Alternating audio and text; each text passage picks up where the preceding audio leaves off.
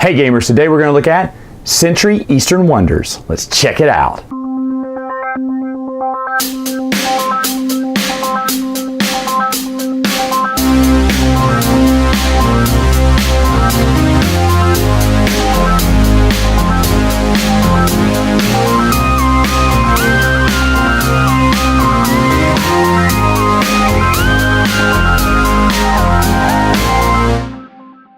To set up the game, you're going to put these tiles out in any way you feel like it. There are extra tiles on the board. I just didn't put them out here. There's also in the instructions, they give you preset boards if you want to preset one up. Then you're going to put the 4 docks on the corners there and put one of these little tokens here in each one of the 4 corners of the dock. Now, you're going to have your upgrades here, a stack of replacement tiles for these little point ones here, and you're going to have all your cubes up from the lowest value, which is yellow, up to the highest value, which is brown. You're also going to have your own little player board where you're going to put your own little docks. They call them docks, but they look like pagodas to me.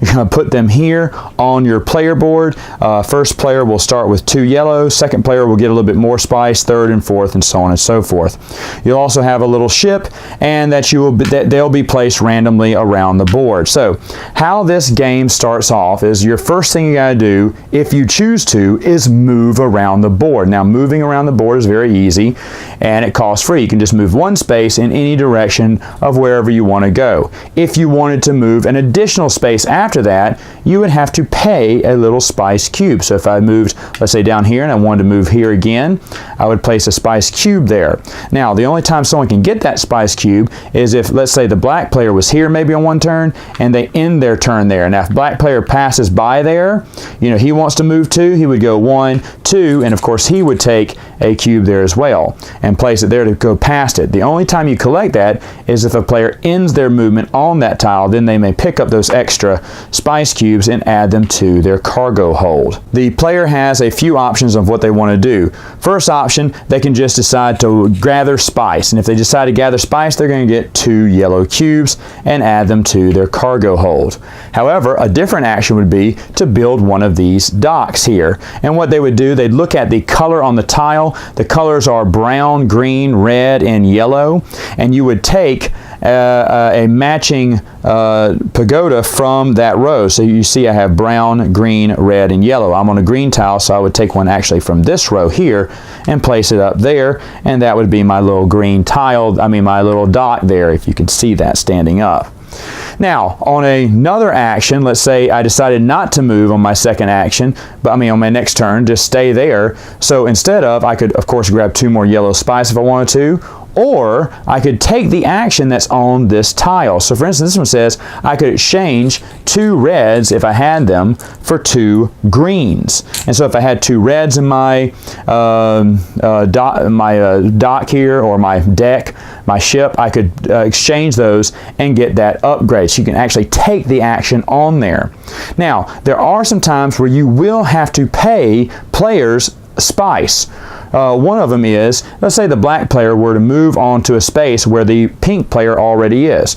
Well, the black player would have to pay the pink player 1 spice. It can be any color spice cube, whatever they have, just for stopping and ending their turn on another player.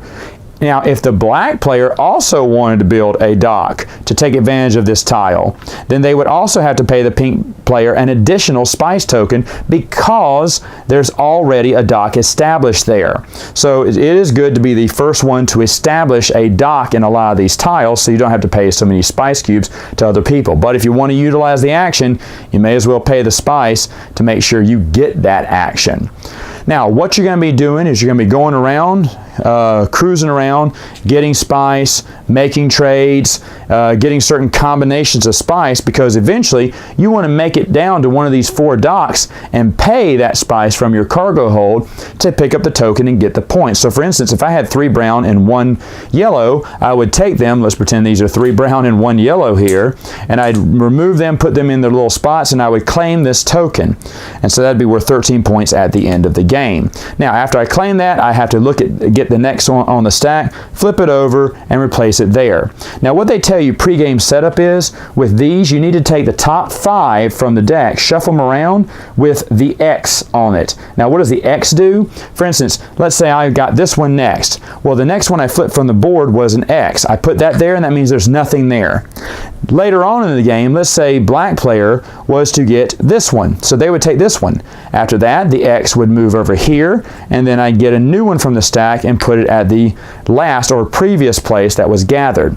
Now you're going to keep doing this until one player gets 4 of these. Then the game ends. You're going to add up all your points here and any additional points that you have. Actually, there's points on the board here. The more docks that you remove, as you see, I'm revealing numbers here on my board, and that would give you extra bonuses at the end.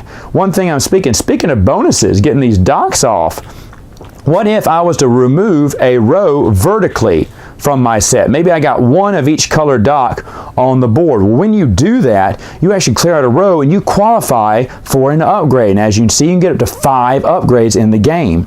So what do these upgrades do? Well, it's very simple. One upgrade just gives you extra cargo hold. You can just add it to the side there, and you can plant more spice there.